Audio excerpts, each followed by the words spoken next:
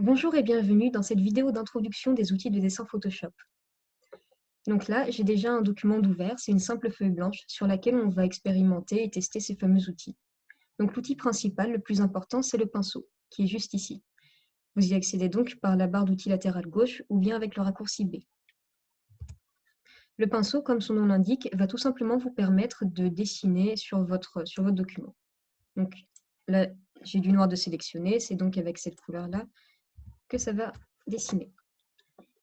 Vous pouvez aussi modifier, par exemple, la forme de votre pinceau grâce à cette flèche juste ici. Donc là, j'ai ce qu'on appelle j'ai l'arrondinette, j'ai celui-ci, mais si par exemple, je décide d'aller voir dans les pinceaux à sec, je peux avoir des choses avec des qui vont imiter, par exemple, hop, qui vont imiter le fusain ou bien qui vont imiter des couleurs pastel, ce genre de choses.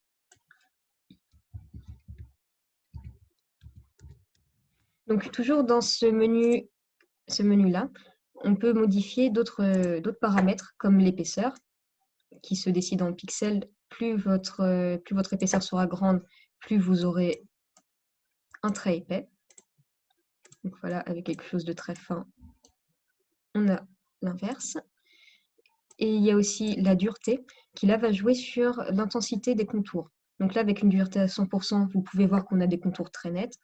Mais à l'inverse, avec une dureté à 0%, on va avoir quelque chose de flou, de beaucoup plus doux. Donc, on va la remettre à 100% pour continuer. Alors, vous pouvez aussi voir qu'il y a directement des modes dans lesquels vous pouvez dessiner.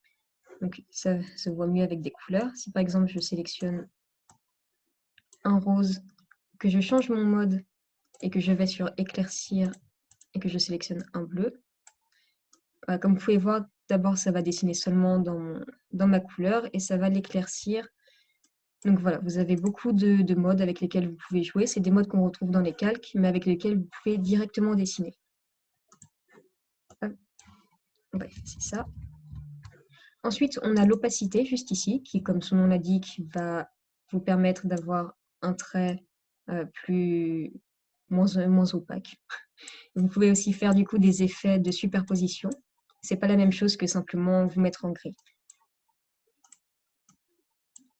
Et ensuite, il y a le lissage qui va vous permettre, par exemple, lorsque je dessine sans lissage et que j'essaye de faire un rond, on voit mes traits un peu tremblotant, tandis que le lissage va stabiliser tout ça et va vous permettre d'avoir des formes beaucoup plus harmonieuses. Voilà. Donc là, je dessine à la souris, mais si jamais vous avez une tablette avec ce bouton-là et ceux qui sont à côté des différentes options flux, opacité, vous pouvez activer et désactiver la sensibilité et la pression que vous avez avec votre stylet. Hop, je vais effacer tout ça. Ensuite, donc on peut jouer avec tous ces paramètres-là, mais si vous voulez aller encore plus loin, vous pouvez aller dans le menu paramètres de forme. On y accède donc depuis fenêtre et il est juste ici. On y accède aussi avec le raccourci F5.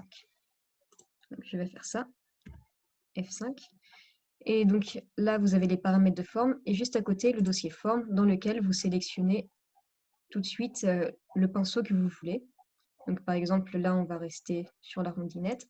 Et avec les paramètres de forme, il y a beaucoup de paramètres sur lesquels vous pouvez jouer et vous avez directement l'aperçu juste ici de ce que vous êtes en train de changer. Donc je vais pas tous les voir, mais il y en a vraiment beaucoup.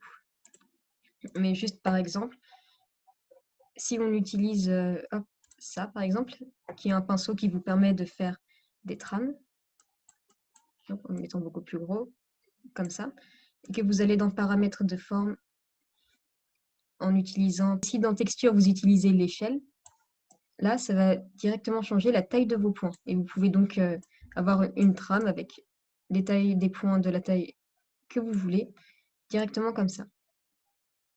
Hop, on va rester à 100.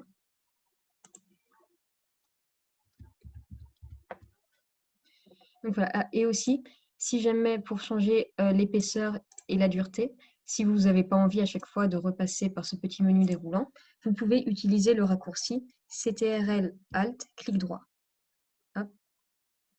Et ça vous permet du coup, en jouant avec votre souris sur l'axe horizontal, de jouer sur la dureté et sur l'axe vertical, de jouer sur la taille. Voilà.